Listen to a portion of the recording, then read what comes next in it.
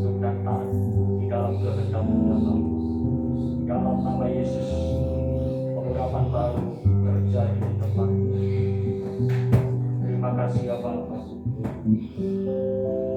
Engkau jadikan kami sebagai anak-anak yang mau memberi hati kami untuk ditaburi oleh kebenaran firman. Berkaryalah Roh Kudus di tempat ini, dan kami siap menyambut firman-Mu ya Tuhan. Dalam nama Tuhan Yesus Kristus. Haleluya. Amin. Di nama Tuhan. Shalom. Shalom. Saya bersyukur dan berterima kasih. Sebenarnya saya rindu untuk kelanjutan dari Bapak, tetapi saya berpikir nanti pasti saudara tetap mengingat apa yang Bapak sampaikan. Jangan sampai lupa di dalam memori kita. Jadi minggu kedua ada pelayanan dari tamu, yaitu minggu depan tanggal 14, dan tanggal 21 ada pelayanan dari Majelis Pengurus Pusat untuk pengumpulan dana MUPES ya saudara. Jadi bukan untuk pengumpulan dana untuk gembala sidang ya saudara. Ini di grup WA ini banyak jemaat-jemaat sedang mengumpulkan dana untuk supaya gembalanya boleh ikut dalam MUPES ya saudara. Tetapi ketika ada beberapa jemaat yang mengajukan diri bahwa gembala tidak bisa ikut karena tidak ada dana sebesar 1 juta untuk mengikuti MUPES untuk pendaftaran, sehingga majelis daerah akan melakukan penanganan untuk membantu hamba Tuhan yang ada di pedesaan, yang ada di kampung-kampung yang ada beberapa gembala yang sudah mendaftar, tetapi saya tidak mendaftar untuk termasuk gembala yang tidak mampu untuk membiayai 1 juta. Saya percaya Tuhan sediakan dana. Amin saudara. Saya percaya Tuhan sediakan dana untuk pendaftaran musyawarah besar GKI yang akan dilangsungkan di Manado ya. Baik hamba Tuhan dari luar atau dalam, itu harus menyediakan pendaftaran sebesar 1 juta. Tapi masih beruntung kalau hamba Tuhan berada di sekitar Sulawesi Utara. Tetapi bagaimana dengan hamba Tuhan yang ada di luar, baik itu Malaysia, Korea, Amerika ya saudara, di luar negeri, mereka harus membiayai transportasi mereka masing-masing. Jadi dalam doa pelaksanaan MUPES akan berlangsung tanggal 10 sampai tanggal 12 Oktober yang akan datang. Dan tanggal 28 Agustus ini saudara, ada dari majelis pengurus daerah yang akan melaksanakan pelayanan firman atau pelayanan mimbar juga ekstra kolektor, tetapi saya merupakan panitia di dalamnya, sehingga saya diminta oleh ketua majelis daerah untuk mengatur wilayah pemohon. Jadi seperti Rambunan meminta untuk saya melayani di sana, tapi nanti saya akan koordinasi dengan ketua daerah.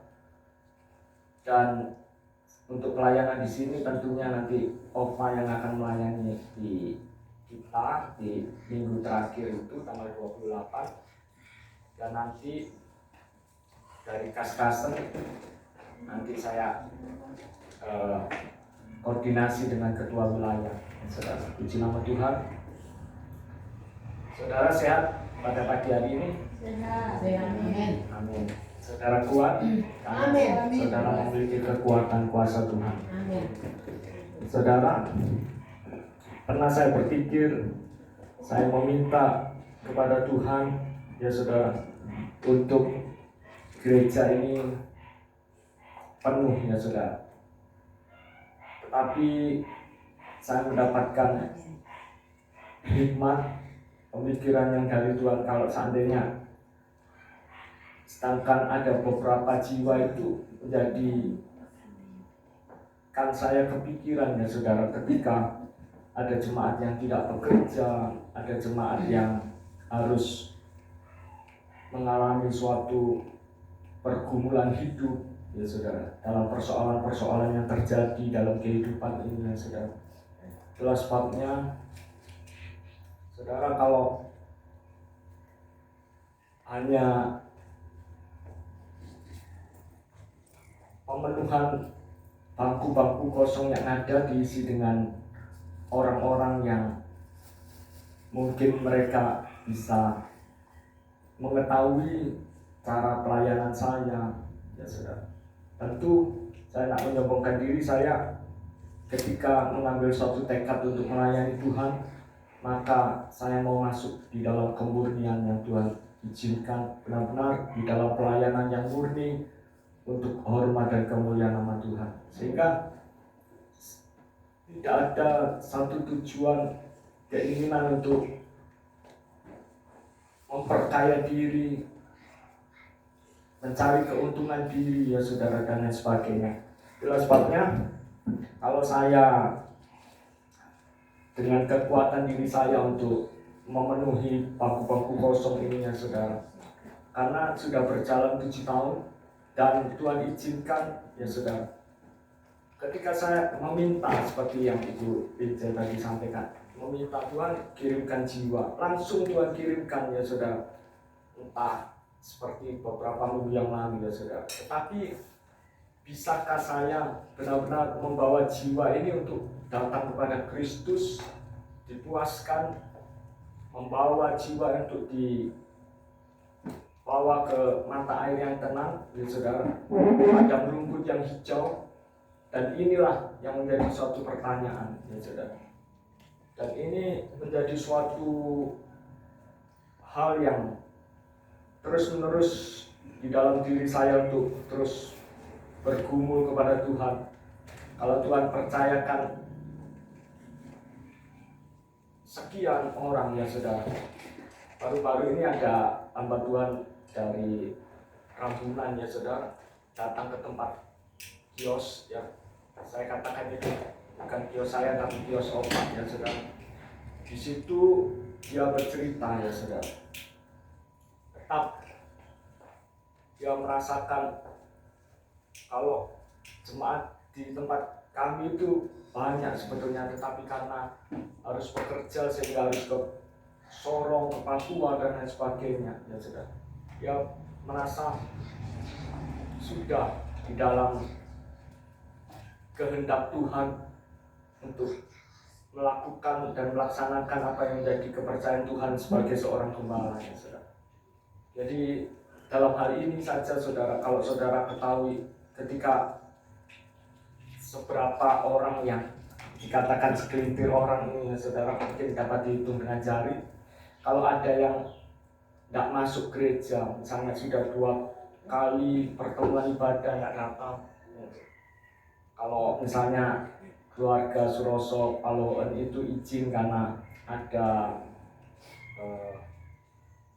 anak dari besannya itu yang meninggal dunia beberapa hari yang lalu, sehingga harus, padahal ini sebenarnya menguji ya saudara, menguji bagaimana kesetiaan kita kepada Tuhan ya saudara. Apakah kita lebih menomor satukan Tuhan atau menomor duakan Tuhan ya saudara. Di satu sisi seringkali kita berpikir, tetapi saya percaya kita terus masuk di dalam pertumbuhan yang Tuhan izinkan. Kalau dulu seringkali misalnya acaranya jam 12, tetapi banyak jemaat yang izin katakan, saya tidak bisa karena ada masuk hitam di sini, masuk hitam di sana ya saudara. Tetapi saat ini saya bersyukur kepada Tuhan, jemaat sudah merasakan bahwa pertolongan Tuhan yang tak terbatas yang terus-menerus terjadi, menjadikan suatu tindakan yang berbeda untuk kita nyatakan bagi dunia bahwa kita ini adalah miliknya. Saudara, saya akan langsung aja saudara membuka di dalam 1 Petrus pasal yang pertama. Dalam 1 Petrus pasal yang pertama ayat 15 dan 16. Kalau boleh ditampilkan di overhead, boleh ditampilkan ya saudara.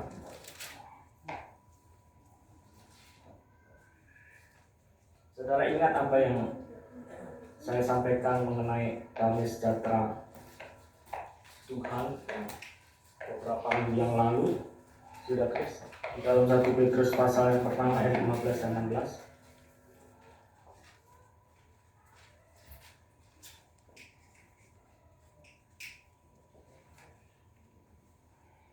Saudara sudah menemukan semuanya? Kalau saudara sudah menemukan, saya undang saudara untuk bangkit berdiri. Kita akan baca secara bergiliran ya, saudara. Saya akan baca ayat yang 15 dari pasal pertama.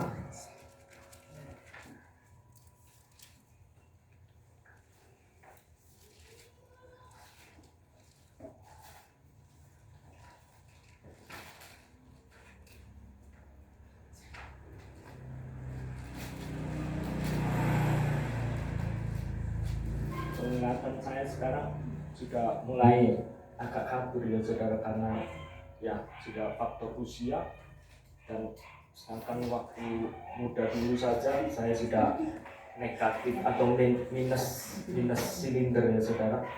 1 Petrus pasal yang pertama ayat 15. Di situ Lembaga Alkitab Indonesia memberikan judul Kekudusan dan Kasih Persaudaraan. Ayat yang ke-15 dan 16 saya akan bacakan. Tetapi hendaklah kamu menjadi kudus di dalam seluruh hidupmu, sama seperti Dia yang kudus yang telah memanggil kamu. Ayat 16 saudara. Sebab ada tertulis, kuduslah kamu, sebab aku kudus. Amin. Silakan duduk. Terima kasih. Saudara, mengenai kekudusan ini saudara, bukan hanya sekedar kalau kita ini sudah tidak melakukan dosa ya saudara. Kudus ini berbeda dengan orang, misalnya kalau orang di luar Tuhan berusaha menyucikan dirinya ya saudara. Dia bertapa, dia mengasingkan diri, dia menghindari keramaian ya saudara. Dia berpuasa ya saudara. Berbeda dengan kekristenan yang dinyatakan oleh Rasul Paulus, dinyatakan oleh Rasul Petrus yang dituliskan di dalam 1 Petrus pasal yang pertama ini, dikatakan tetapi hendaklah kamu menjadi kudus di dalam seluruh hidupmu. Kalau kita lihat ayat 14 dikatakan hiduplah sebagai anak-anak yang taat dan jangan turuti hawa nafsu yang menguasai kamu pada waktu kebodohanmu saudara.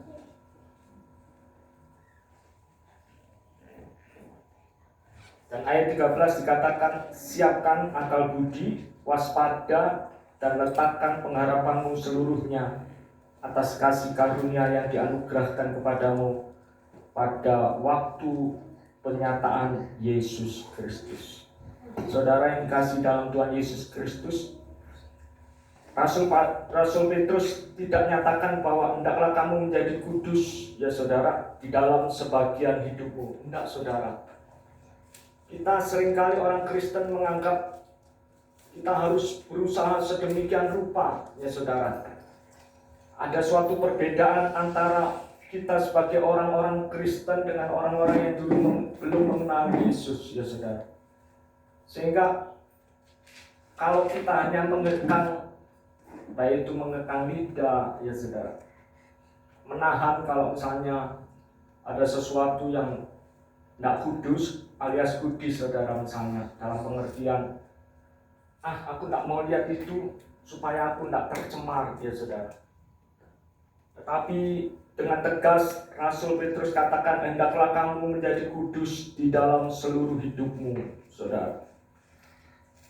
Dengan pernyataan Yesus Kristus yang menginginkan umatnya ini hidup di dalam kekudusan Allah atau kekudusan Elohim ya saudara.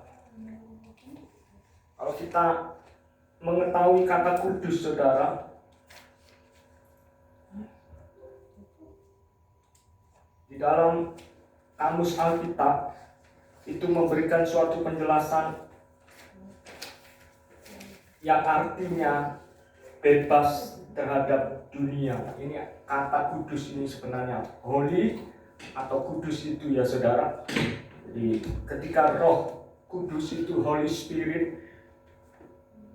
adalah roh Elohim sendiri, roh Allah yang diutus untuk datang ke dunia sebagai parakletos, sebagai penolong ya saudara, penolong yang lain. Sehingga ketika kata kudus ini dapat kita mengerti dari kamus Alkitab itu yang menyatakan bahwa bebas terhadap dunia. Sehingga ketika Tuhan itu menguduskan manusia, maka memiliki satu pengertian bahwa kita ini sebagai milik Tuhan, saudara. Itulah sebabnya di dalam Filipi 1 ayat 21 dikatakan hidup adalah Kristus. Kalau kata selanjutnya mati adalah keuntungan, bukan berarti hidup itu berbicara masalah keuntungan dan kerugian. Tetapi dengan pernyataan Yesus, dengan anugerah, rahmat, kasih setia Tuhan yang besar, maka Yesus itu dinyatakan bagi kita untuk memilih kita sebelum dunia dijadikan. Ini yang artinya predestinasi, saudara. Bahwa Tuhan itu menetapkan kita sebagai umat pilihannya, saudara. Maka ketika kita menjadi bagian daripada Kristus, maka segenap kehidupan kita ini adalah Kristus. Bukan lagi hidup adalah dunia, saudara. Hidup adalah iblis, di mana kita melakukan kehendak iblis, bukan, saudara. Tetapi hidup adalah Kristus, dan barulah kita berbicara mengenai keuntungan dan kerugian, saudara. Ketika kita sudah menetapkan tujuan, kita menetapkan hidup kita ini berfokus kepada siapa, saudara? Yaitu kita berfokus kepada Kristus. Hidup adalah Kristus. Maka segenap seluruh hidup kita ini, kelas 4-nya, hendaklah kamu menjadi kudus di dalam seluruh hidupmu. Saudara yang dikasih dalam Tuhan Yesus Kristus. Memang kita tidak kebal terhadap dosa. Kita berpotensi untuk melakukan dosa. Tetapi ketika Rasul Petrus ini katakan, hendaklah kamu menjadi kudus di dalam seluruh hidupmu, ya saudara. Dengan suatu pakem, suatu teladan yang memberikan keteladanan bagi kita, sama seperti Dia yang adalah kudus, ya saudara. Dan ini standar yang benar-benar tidak bisa ditawar lagi, saudara. Standar yang sempurna. Ketika kita hidup, mendasarkan hidup kita di dalam kekudusan Tuhan, di dalam seluruh hidup kita, maka kita percaya bahwa Yesus yang adalah yang sempurna itu, yang adalah yang kudus itu, telah memanggil kita. Sehingga ketika kita hidup di dalam kekudusan, karena didasarkan oleh kekudusan yang Yesus kerjakan. Sehingga apa, saudara? Kalau dikatakan Ibrani 12 ayat 14, berusahalah hidup damai dengan semua orang dan kejarlah kekudusan. Maka ketika kita mengejar kekudusan itu, ya saudara, bukan lagi kekuatan diri kita, tetapi kekuatan yang Elohim anugerahkan, yang Tuhan anugerahkan dalam kehidupan kita sebagai pilihannya untuk menjadi apa, saudara, milik Tuhan. Maka kita masuk di dalam panggilan dan pilihan Tuhan, di dalam ketetapannya untuk kita melihat, jikalau aku kudus ini bukan karena kekuatan diriku, tetapi aku kudus karena Yesus, karena Bapa yang adalah kudus, saudara. Kuduslah kamu sebab aku kudus. Sehingga segala penyataan hidup kita ini adalah Kristus. Itulah hidup adalah Kristus. Ketika Kristus menjadi hidup kita, saudara, kita memiliki pikiran, perasaan Kristus, saudara, maka tidak ada lagi pintu celah yang dapat kita buka bagi iblis. untuk menguasai diri kita. Itulah yang disebut ketika kita dipenuhi oleh Roh Kudus tidak dapat berbuat dosa. Sehingga apapun yang dapat mempesona hidup kita, kita tidak akan terlena. Ya, saudara pernah ingat kalau saya pernah sampaikan pernyataan kalau saudara diberikan uang 1 juta bersamaan dengan jam ibadah, ya saudara. Dan saudara dikatakan ambil saat ini, tidak bisa ditunda nanti sore atau siang dan lain sebagainya. Pada saat jam ibadah, bersamaan jam ibadah itu, mungkin dengan mudah kita katakan aku lebih memilih Yesus. Dengan mudah kita katakan, tetapi bagaimana pada saat kita dilanda resesi ekonomi, pada saat kita membutuhkan uang tersebut, pada saat hari ini kita harus membayar uang kos dan lain sebagainya. Mungkin dengan mudahnya kita akan katakan aku lebih baik ke gereja, urusan uang itu nanti. Saudara diuji loh saudara. Tidak hanya sekedar perkataan, tidak hanya sekedar omongan ya saudara. Itu yang dikatakan hidup adalah Kristus, saudara yang dikasih dalam Tuhan. Dan kita sebagai anak-anaknya kita harus merespon yang menjadi kekudusan Elohim, kekudusan Allah, dengan cara kita hidup di dalam kekudusan. Jadi kita harus mengerti salah satu definisi kekudusan itu adalah berada di dalam keadaan murni, saudara. Jadi tercemar sedikit pun itu harus dibuang, saudara. Jangan kita katakan tidak apa-apa sedikit-sedikit aku berbuat salah. Tidak, saudara. Tidak ada pencemaran, tidak ada noda, tidak ada dosa. Tetapi benar-benar di dalam kemurnian. Itu artinya kekudusan, saudara. Hidup di dalam kekudusan. Kalau dalam bahasa Ibrani, kudus saudara tahu kados saudara. Jadi artinya itu naik lebih tinggi. Tadinya fase yang pertama kita naik lebih tinggi lagi, ya saudara. Itu arti dari kados itu ya saudara. Dan juga kalau dalam bahasa Inggris, kudus itu menggunakan cut above saudara, yang artinya di atas rata-rata. Kita telah diangkat oleh Tuhan menjadi milik kepunyaannya saudara. Sehingga kita tidak lagi berkutat di dalam suatu keadaan, suatu suasana. Misalnya saudara tadinya anak-anak ya saudara. Saudara tidak salah dikatakan hendaklah kita meminta, tidak salah. Mintalah maka kamu akan diberi seperti yang tadi Kulince sampaikan. Anak-anak kan taunya meminta ya saudara. Anak-anak itu diberikan kesempatan. Nak, nyatakan apa yang menjadi keinginanmu, apa yang menjadi kehendakmu. Anak-anak, papa, belikan sepeda papa. Mama, belikan aku ini. Ya saudara, tidak peduli orang tua punya uang atau tidak saudara. Apalagi dengan suatu kepercayaan yang dikatakan itu sebagai sesuatu iman, katakan Allah kita adalah Allah yang kaya, Tuhan kita adalah Tuhan pencipta langit dan bumi, Tuhan yang penuh di dalam semua ini adalah miliknya, sehingga ketika kita meminta pasti dia beri ya saudara. Bagaimana kalau pada saat orang harus bergumul, pada saat meminta tidak langsung diberikan saudara. Kalau dulu saya pernah meminta Tuhan satu kali dalam seumur hidup saya, entahkah saya menyewa, itu pernah dinyatakan anak saya juga, Joseph, Pak, saya ingin naik motor gede Pak, saya ingin biarpun sewa nggak apa-apa. Itu saya ingat ya waktu lalu perkataan seperti itu.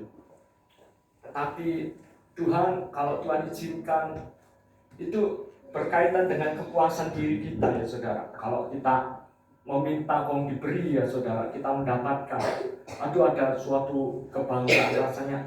Oh, Tuhan itu begitu mengasihi saya, Tuhan itu tidak membiarkan saya, sehingga kita mudah untuk mengucap syukur, mudah untuk berkata Yesus baik buat saya. Bagaimana kalau dikatakan walaupun pohon ara tidak berbuah, pohon zaitun mengecewakan? Kalau pada saat fase seperti itu, terus terang saudara, ketika saya diizinkan Tuhan masuk dalam fase ketika saya bekerja harus dibagi dua, ya saudara. Tetapi ketika pada saat saya menganggap itu bukan menjadi suatu beban, saya harus bukan merasa saya harus menanggung kebutuhan hidup orang tua saya, enggak saudara. Saya rasakan itu sebagai suatu keringanan ya saudara. Ketika Tuhan masih percayakan saya untuk saya bekerja, berbagi dengan orang tua saya ya saudara. Kalau saya mendapatkan 100, bahkan saya mendapatkan 30.000, harus 15.000 orang tua saya, 15.000 saya. Kalau dengan keadaan anak saya 4, dengan kebutuhan anak saya yang masih kuliah 2 harus studi juga di SMA dan SD saudara. Kalau hitung-hitungan secara manusia seringkali itu tidak cukup ya saudara. Tetapi ketika saya masuk di dalam fase yang lebih tinggi, ya itu dikatakan kados ya saudara, naik lebih tinggi. Kita menyadari bahwa pemuliaan terhadap Tuhan, segala syukur yang kita bisa naikkan di hadapan Tuhan bukan didasari oleh segala sesuatu yang terlihat saudara. Walaupun mungkin berkatnya itu hari ini sedikit, tetapi kita tetap di dalam suatu keadaan kita bisa mengucap syukur. Kita nyatakan bahwa Tuhan baik dan terus berbuat baik dan mengerjakan yang terbaik dalam hidup kita. Bukan pada saat kita mendapatkan suatu suasana yang enak, nyaman dan lain sebagainya.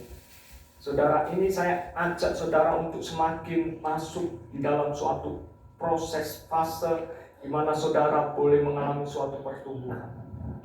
Saudara, walaupun di dalam kesesakan sekalipun, di situ ketika Yesus hadir, tidak menjadikan saudara kecewa, tidak menjadikan saudara meracu terhadap Tuhan, tidak saudara, tetapi tetap saudara bisa menikmati itu yang saya katakan enjoy. Tetap saudara tidak merasakan aduh kekurangan hidupku, enggak saudara. Tetap saudara tidak merasakan ada sesuatu yang kurang di dalam hidupku. Karena apa saudara? Kita sebagai manusia Allah, manusia Elohim. Ya saudara, di dalam 1 Timotius pasal 6. Hai manusia Allah. Jadi saudara, ketika kita sadar sebagai manusia Elohim atau manusia Allah ini kita berbeda dengan manusia dunia saudara. Manusia yang sudah dikerjakan oleh Roh Kudus memiliki suatu cara pandang yang berbeda, memiliki suatu cara yang benar-benar berbeda dengan dunia ini. Kalau hanya kita dasarkan kepercayaan kita kepada Kristus hanya sampai di dunia ini saja saudara, maka kita adalah orang yang paling malang di dunia. Nah, ubahnya kita, buat apa kita menjadi orang Kristen? Nah, ada suatu kemuliaan sedikit pun di dalam diri kita.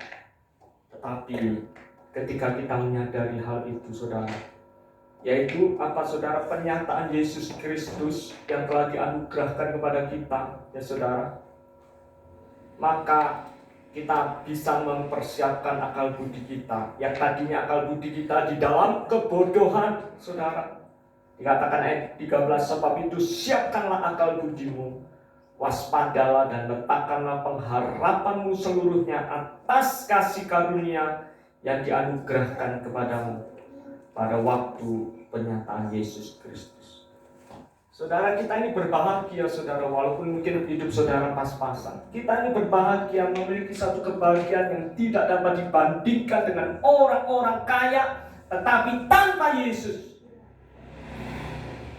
Walaupun memiliki segala sesuatu, tetapi tidak memiliki sesuatu yang benar-benar telah menghidupkan, yaitu Yesus Kristus.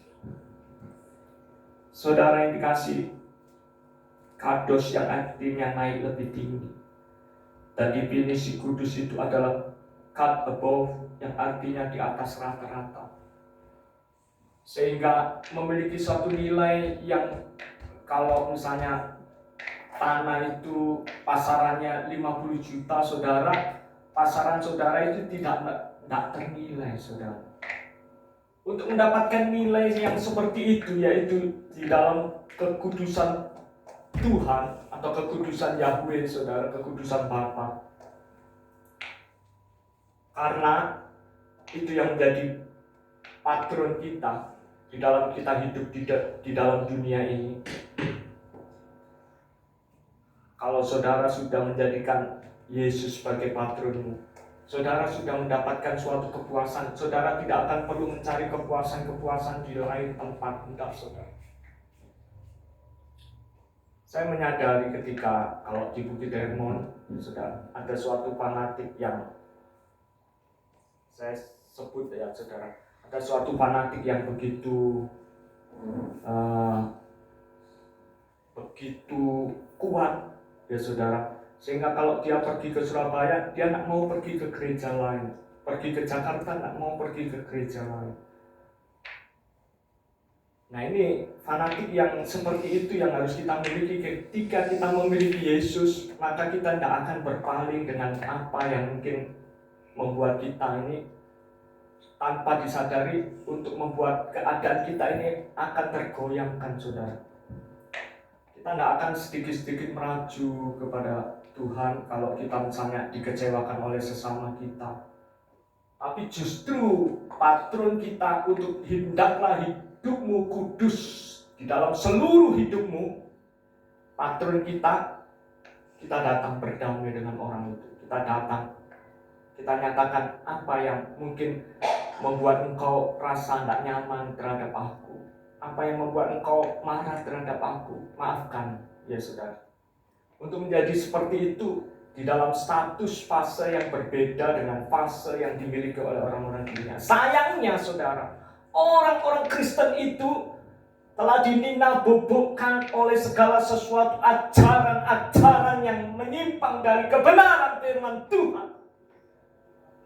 Dan begitu banyak orang-orang yang tidak lepas, notabene pendeta, akhirnya jatuh di dalam dosa kembali. Saudara, baru-baru ini saya tidak sebutkan organisasi mana, ada seorang pendeta menggauli anak 16 tahun, saudara. Dan padahal anak 16 tahun ini adalah mantan pacarnya anaknya, sehingga ditangkap polisi itu dua-dua, papa dan anaknya, saudara. Karena anaknya juga berbuat sesuatu, ya saudara. Jadi maksud saya, hidup di dalam kekudusan Tuhan itu bukan sekedar kalau kita tidak berzina dengan orang lain, kita tidak mencaci maki orang lain, tetapi ada suatu fase yang naik lebih tinggi lagi, saudara. Yaitu dikatakan persiapkan akal budimu, waspadalah, dan letakkan pengharapanmu seluruhnya atas kasih karunia yang dianugerahkan kepadamu, saudara. Jadi tetapi hendaklah kamu menjadi kudus di dalam seluruh hidupmu, sama seperti Dia yang kudus yang telah memanggil kamu. Sebab ada tertulis, kuduslah kamu, sebab aku kudus. Dalam fase kita bisa menikmati di dalam kekudusan Tuhan, saudara. Sama seperti Sadrak, Mesak, dan Abednego yang berkata, walaupun seandainya ketika dimasukkan dalam penggorengan minyak panas, saudara, kalau minyaknya tidak panas, tidak apa-apa, mungkin bisa berenang bersama-sama dengan minyak. Tetapi ini minyak yang dididihkan, dipanaskan. Ketika dia katakan, aku percaya kepada Tuhan, walaupun kalau seandainya Allah kami atau Tuhan kami tidak menolong kami tetap percaya kepada Tuhan. Nah, ini fase yang benar-benar harus dimiliki oleh kekristenan ketika kita seperti yang dimaksudkan oleh Rasul Petrus di dalam 1 Petrus pasal yang pertama ayat 15 ini, yaitu hendaklah kamu menjadi kudus di dalam seluruh hidupmu, saudara. Jadi menjadi kudus di dalam seluruh hidup bukan kalau kita menahan-nahan, ada pendeta di sana. Kalau sedang kita sedang merokok langsung disembunyikan rokoknya, kalau bisa dibuang jauh-jauh. Jangan anggap nanti pendeta berpikir, waduh saya masih merokok dan lain sebagainya. Pak Pendeta datang mengeluh kepada pendeta. Suamiku Pak Pendeta masih begini, dibukakan semuanya, dicurhatkan seluruhnya kepada pendeta. Sehingga membuka peluang ketika pendetanya ini dalam kelemahan. Oh, kita ini sama, saudara. Misalnya, kita ini sama ya. Jadi ketika ibu curhat terhadap saya juga mau curhat mengenai istri saya. Waduh, cilaka saudara. Saudara yang dikasih dalam Tuhan Yesus Kristus, hidup di dalam kekudusan Tuhan, masuk di dalam standarnya Allah, di dalam standarnya Tuhan, bukan standar manusia.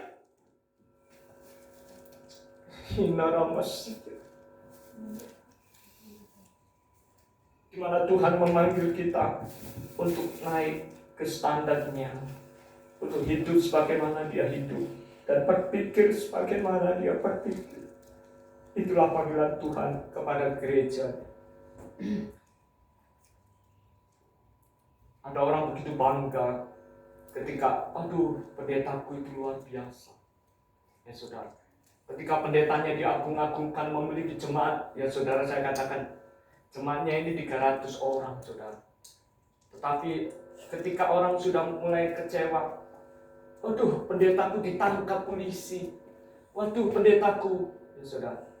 Itulah sebabnya sekarang ini orang sudah mulai pasang badan, mulai curiga. Oh, jangan dekat-dekat dengan pendeta, nanti pendeta itu juga manusia, saudara. Kalau yang namanya perzinahan, saudara, itu sudah terjadi sejak dulu. Seperti Daud, ya saudara, yang mencintai istri Uria. Sehingga apa, saudara? Dia perintahkan Uria itu untuk maju di depan berperang, ya saudara, supaya kalau di garda depan itu maka cepat untuk terbunuh, sehingga Daud bisa berzina dengan istri Uria. Saudara yang dikasihi dalam Tuhan Yesus Kristus, saya sendiri pun kalau dulu mungkin bebas untuk istilahnya saya suka dengan anak kecil, entah itu laki-laki atau perempuan, saudara. Sehingga saya juga membatasi diri, ya saudara. Seringkali orang mulai, aduh, hati-hati ya, apalagi terlebih kalau orang-orang tua punya anak kecil. Kita harus waspada, kita harus cerdik seperti ular, tulus seperti merpati. Jangan dekat-dekat, oh itu om itu nanti bahaya, nanti dia melakukan hal-hal yang padahal tidak seperti itu misalnya, saudara. Kita sudah mulai pasang badan, kita mulai waspada. Waspada boleh, tetapi jangan berlebihan, saudara. Seringkali orang, aduh, waspada, jangan sampai nanti kita ini diapa-apakan dan sebagainya. Jadi kita tidak menjadi orang-orang yang bertindak. Tuhan menjadikan kita naik di dalam standarnya Tuhan itu, tidak menjadikan kita ini sebagai robot-robotnya Tuhan, tidak, saudara. Tetapi sebagai kekasihnya Tuhan, sebagai rekan sekerjanya, saudara. Kalau dulu saudara sebagai anak-anak boleh, tetapi saat ini naik dalam standar. Saudara, bukan berarti saya melarang saudara, apa maksudnya kalau misalnya tadi yang saya sampaikan ada suatu fanatik terhadap suatu gereja, itu baik, saudara, supaya kita bisa timbul loyalitas, membangun loyalitas dalam kebersamaan, ya saudara, bagus juga, saudara. Tetapi kalau kita mendua, misalnya kita pergi ke gereja A, minggu depan pergi ke gereja B, atau misalnya di sela-sela tidak ada acara ibadah kita ikut beribadah di sana, sehingga kita bingung terhadap ajaran-ajaran yang disampaikan, ya saudara. Itu menunjukkan adanya suatu ketidakpuasan yang seringkali. Saya dulu ketika saya sekolah teologi saya tidak puas, saya harus juga sekolah sekuler, saya sekolah ekonomi saudara, sehingga saya juga lulus ya saudara, walaupun dengan suatu predikat yang tidak memalukan, tetapi dengan suatu predikat di atas rata-rata. Itu yang saya maksudkan, arti kudus ini di atas rata-rata. Saudara bukan orang yang dikatakan sebagai orang yang mempermalukan Tuhan, tetapi dikatakan sebagai orang yang mempermuliakan Tuhan.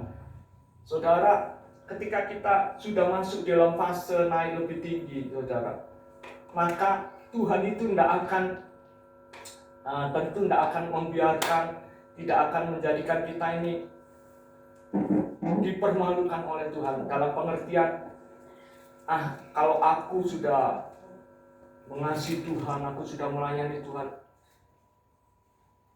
pasti hidupku akan terjamin, pasti Tuhan akan tolong ya saudara. Sehingga menimbulkan suatu kepercayaan diri bahwa aku pasti lepas dari persoalan apapun.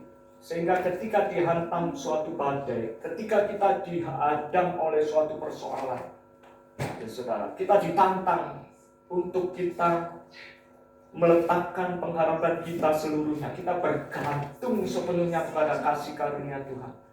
Saudara yang dikasihi dalam Tuhan Yesus Kristus, ini sedikit berat dalam pengajaran. Jadi ketika kita menyadari, ketika kita masuk di dalam kekudusan Tuhan, maka kita mengerti apa yang menjadi visi dan misi kekristenan, di mana kita tidak meletakkan hidup ini kepada dunia yang hanya bersifat sementara, sesuatu yang kelihatan, yang mudah untuk lenyap. Kalau saudara lihat di dalam telapak tangan saudara, kedua-duanya ada tulisan N saudara, walaupun itu tidak secara jelas, ada yang jelas ya saudara, ada guratan N. Itu adalah memento ya saudara, yang artinya ingatlah, akan ingat ya saudara, dari memori ya saudara. Memori itu suatu ingatan ya saudara, tersimpan dalam memori kita, teringat ya saudara. Ingatlah, untuk mento itu artinya kematian saudara. Jadi ketika kita ingat bahwa kita ini akan menuju ke sana ya saudara,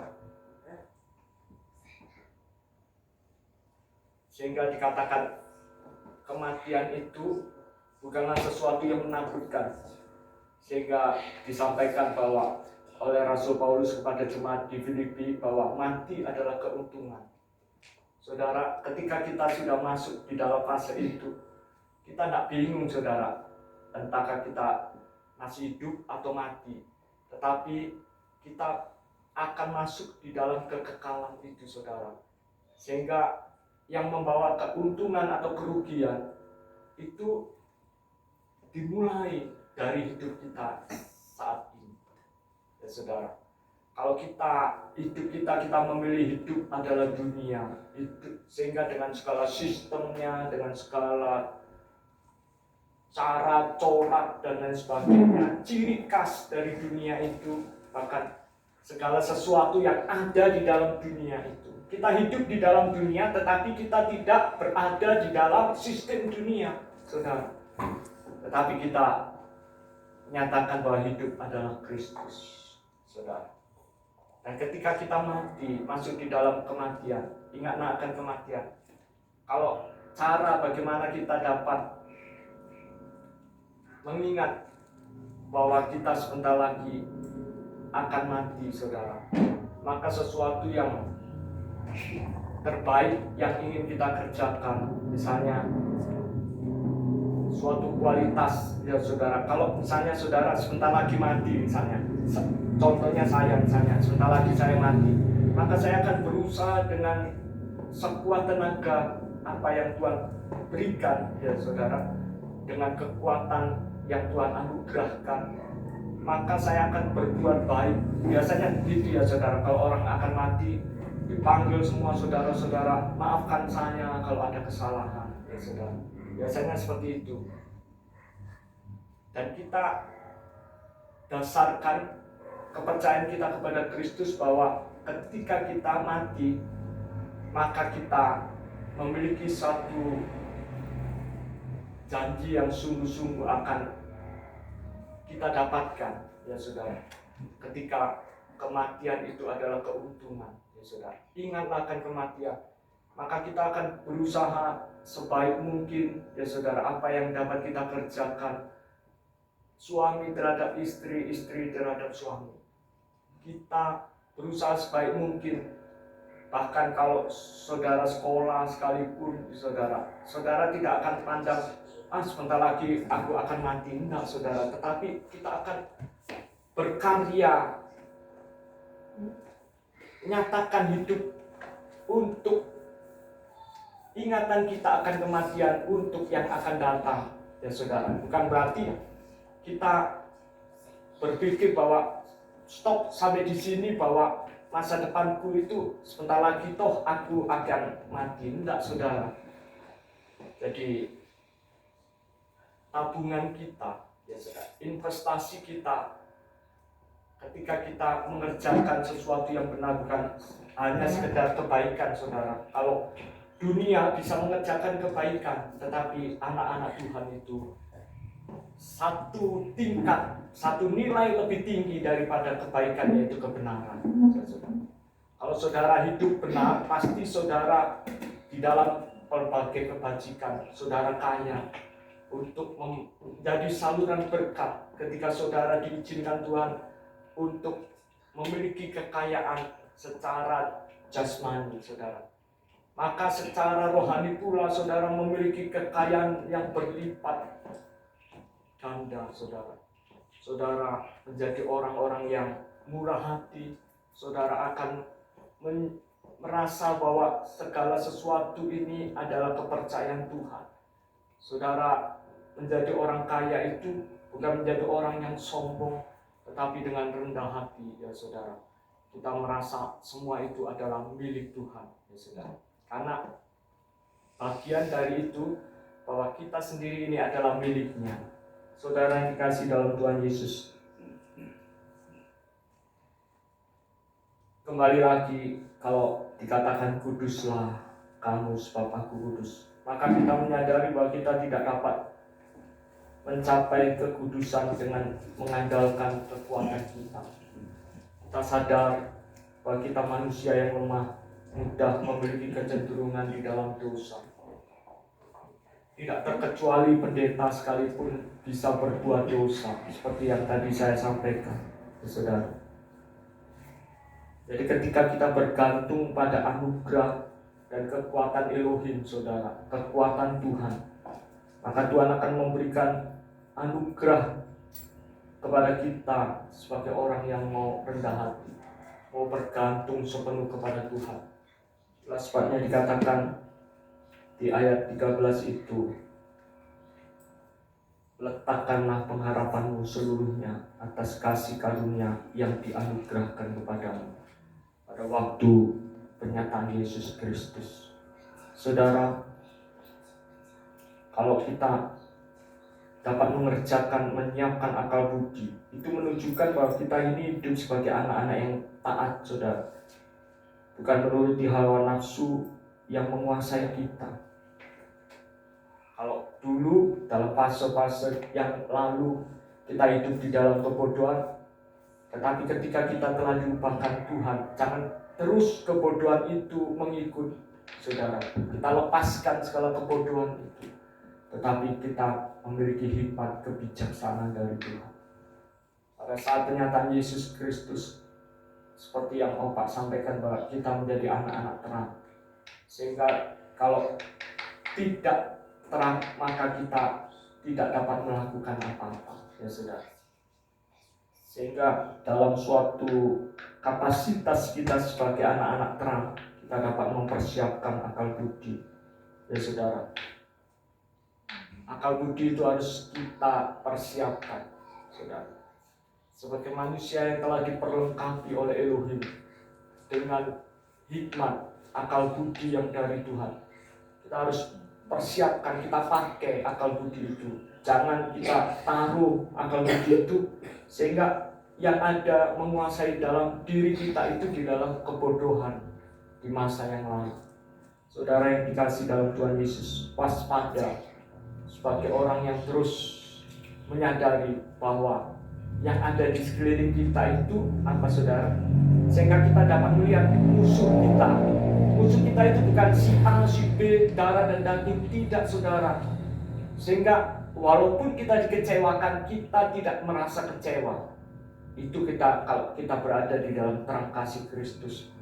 Kita melihat musuh-musuh kita itu adalah penguasa-penguasa di udara. Dia bagaikan apa, saudara? Singa yang mencari mangsa. Dia siap untuk melulur. Kapanpun orang itu lengah, dia akan melulur, melahap kita. Itulah sebabnya kita harus memperlengkapi hidup kita dengan kewaspadaan. Ya saudara, pengharapan, kita letakkan pengharapan kita kepada Yesus, seluruhnya atas kasih karunia yang dianugerahkan kepada kita. Puji nama Tuhan, saudara yang dikasihi. Jadi bagaimana kita hidup di dalam kekudusan Tuhan. Kita mau memelihara hubungan yang terus menerus terjadi, saudara, tak pernah putus. Seperti yang tadi Ibu Liza sampaikan, waktu tidak membatasi kita. Di tengah malam kita bangun hubungan, ya saudara. Itulah sebabnya di gereja ini, saudara, manfaatkan setiap waktu hari Kamis untuk kita membangun hubungan kita, ya saudara. Dikatakan membangun mesbah dupa, saudara, sebagai suatu ibadah yang kita boleh persembahkan kepada Tuhan di dalam doa, pujian, dan penyembahan. Saudara, ketika kita sanggup membangun hubungan yang akrab dengan Tuhan di dalam takut dan hormat, kalau kita lihat, saya minta Jos baca dalam Ibrani 12 ayat 28.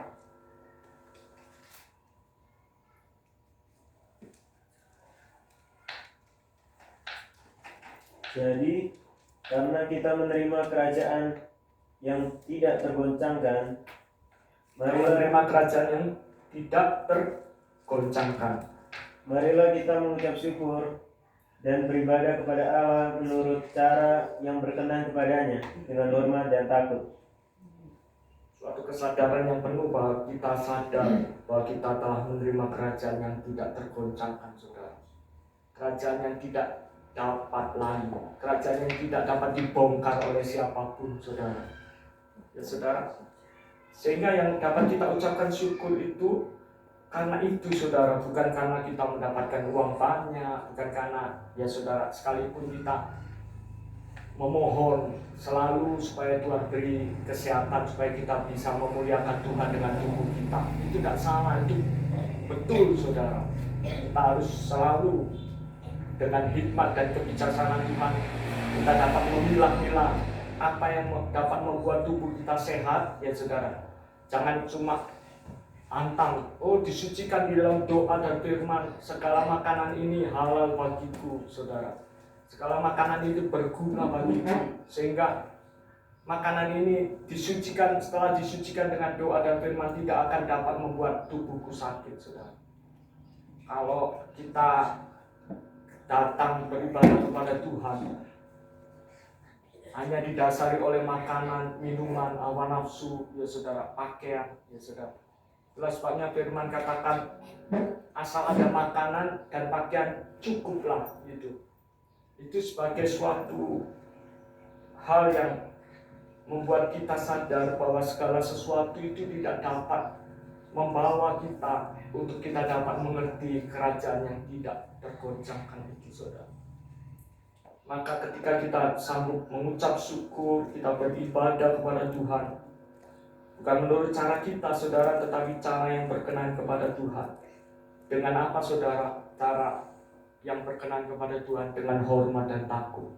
Jadi kita beribadah itu bukan hanya serampangan, saudara, bukan hanya cuma stor muka, ya saudara, yang penting gembala lihat, bukan hanya untuk melakukan segala kegiatan rutinitas. Kalau aku hari Minggu nak ke gereja, maka nanti aku dikatakan orang-orang yang tidak mengenal Tuhan, orang-orang yang tidak berbakti kepada Tuhan, orang-orang yang tidak memiliki agama, saudara. Walaupun pengertian agama itu adalah tidak kacau, saudara. Itu tidak, agama itu kacau, saudara. Tidak kacau. Tetapi kekristenan sesungguhnya itu bukan agama, tetapi menunjukkan bahwa kita ini adalah pengikut Kristus. Itulah kekristenan yang sejati. Saudara yang terkasih dalam Tuhan Yesus Kristus.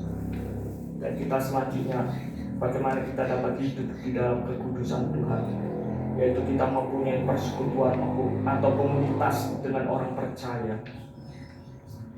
Di dalam 2 Timotius pasal 3 ayat 16, saya minta kembali Joses bacakan.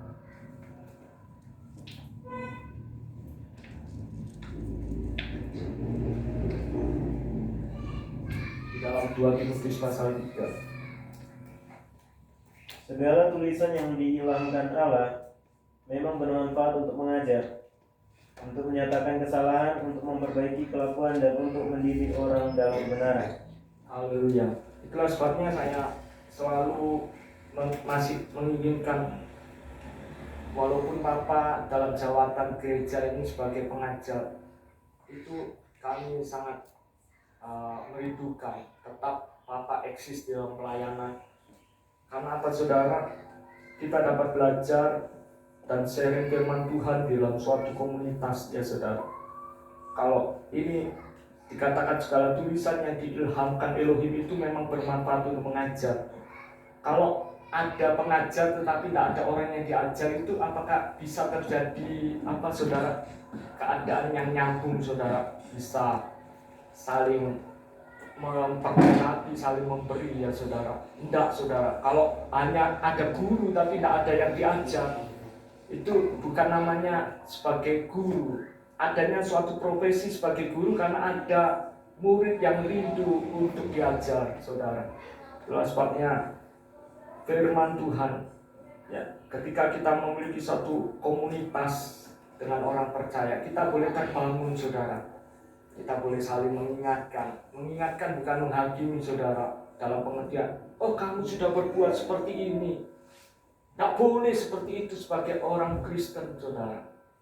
Saudara yang dikasihi dalam Tuhan Yesus, kita lanjut yang selanjutnya, yaitu kita memperbarui pikiran dengan firman. Di dalam Roma 12 ayat 2, Jos baca. Janganlah kamu menjadi serupa dengan dunia ini, tetapi berubahlah oleh pembaruan budimu. Jangan kamu menjadi serupa dengan dunia ini, tetapi berubah oleh pembaruan budi. Terus, sehingga kamu dapat membedakan manakah kehendak Allah, apa yang baik dan yang berkenan kepada Allah dan yang sempurna. haleluya. Pertama-tama itu kita dapat membedakan ini kehendak Tuhan atau bukan, saudara. Bukan kita antang promo, oh ini kehendak Tuhan, ini kehendak Tuhan, Tuhan yang berbicara padaku, ya saudara. Kita hantam saja, kita anggap sesuatu yang baik menurut kita itu adalah kehendak Tuhan, ya saudara. Padahal itu tidak benar di hadapan Tuhan. Saudara yang dikasih dalam Tuhan, juga dikatakan untuk kita tidak menjadi serupa dengan dunia ini, kita berubah, saudara. Pertobatan seperti yang Ibu Lice rumah kita disampaikan. Jadi mengendaki orang tua terhadap anak-anak, terhadap cucu, ya saudara.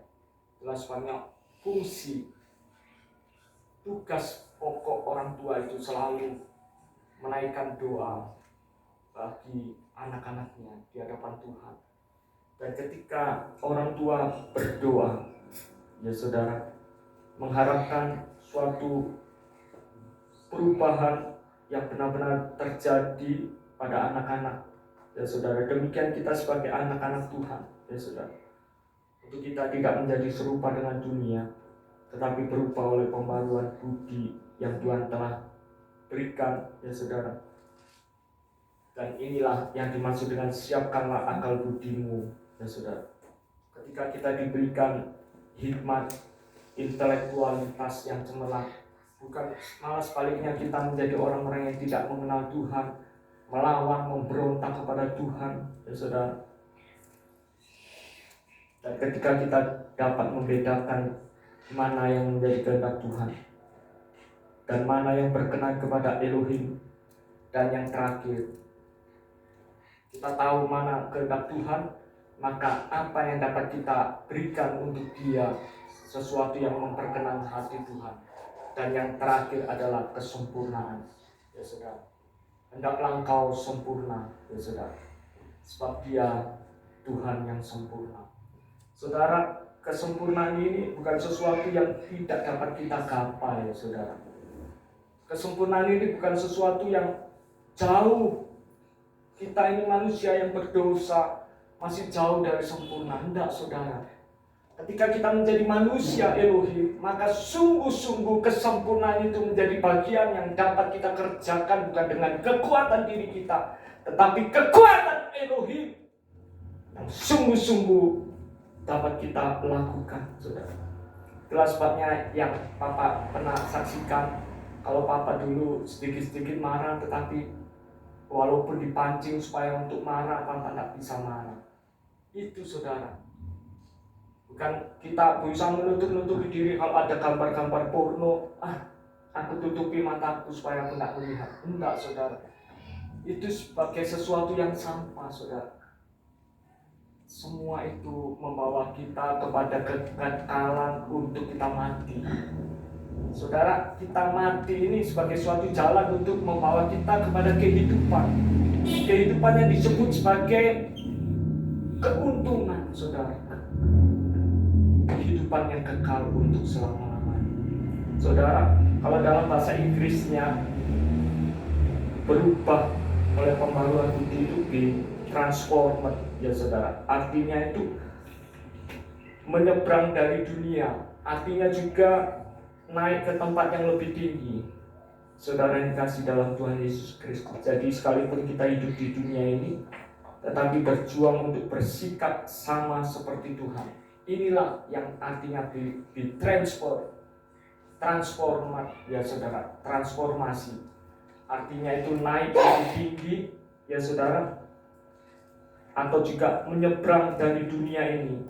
Sehingga dalam perjalanan kita menyeberang ke tujuan itu saudara, ada hambatan misalnya, tiba-tiba ada batang kayu yang menghadang kita, ya, saudara. Kita memiliki akal budi bagaimana supaya batang itu boleh pergi, batang kayu itu boleh disingkirkan. Kita terus melanjutkan perjalanan, saudara, dengan tuntunan pimpinan Tuhan, dengan terang Elohim, dengan terang kasih Tuhan, kita dapat menyeberang sampai di tujuan dengan selamat. Inilah keselamatan yang dimaksud dengan kerjakanlah keselamatan itu. Butuh kerjasama saudara antara kita dengan Elohim dalam karyanya yang sempurna, di mana Tuhan itu sudah menyempurnakan kita. Itu suatu prinsip yang harus kita pegang. Jangan kita berpikir kita ini manusia yang banyak dosa, masih jauh dari kesempurnaan, sehingga terus kita mengerjakan enjoy dalam dosa, kita melakukan perbuatan dosa, dianggap nanti toh Tuhan mengampuni, Tuhan masih. Ini yang disebut dengan skandal anugerah, penyalahgunaan anugerah, saudara. Jadi kita sadar untuk kita mau naik ke tempat yang lebih tinggi. Jadi saudara, kalau naik ke tempat yang lebih tinggi sehingga ada bahaya yang ada di bawah, itu kita terbebaskan. Kalau misalnya lahar dingin, ya saudara, pernah terjadi misalnya Mbah Marijan itu, ya saudara, dia merukuk, akhirnya tetap kena, saudara. Dia sujud, menyembah, berdoa, kena, saudara, karena orang yang masih berada di dalam misalnya sekitar 1 meter dari permukaan tanah itu akan tersapu habis, saudara. Sehingga kita sadar di dalam kewaspadaan yang Tuhan ingatkan, ya saudara, berjaga-jagalah, berdoa dan berjaga-jagalah. Kita harus tetap eksis, nyatakan di hadapan Tuhan, Tuhan, aku ini sebagai pendoa yang tetap berjaga-jaga di hadapan Tuhan. Bukan berarti kita lengah, saudara, karena kita sebagai pendoa, tetapi kita lengah. Kita merasa, hidupku aku serahkan sepenuh kepada Tuhan, tetapi kita tidak melihat sekeliling kita yang berusaha menelan kita, saudara. Nah, ini kesempurnaan Tuhan yang dinyatakan bagi kita sebagai anak-anaknya untuk kita terus masuk di dalam pertumbuhan itu. Tuhan ingin kerjakan di dalam setiap pribadi, lepas pribadi. Haleluya, puji nama Tuhan. Kudus, kuduslah, kuduslah Tuhan.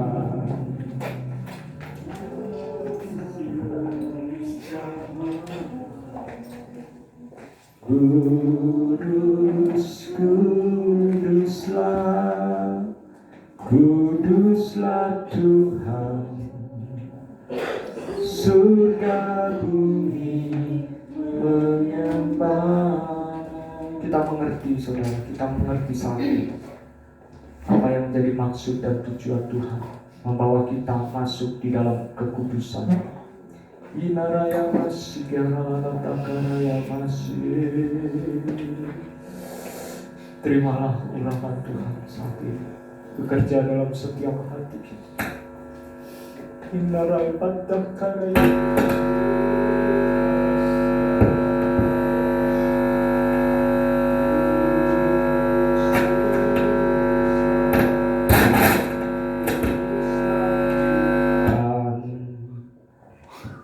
Haleluya. Glory, haleluya. Terima kasih. Kita persiapkan diri kita untuk masuk di dalam perjamuan kudus. Haleluya.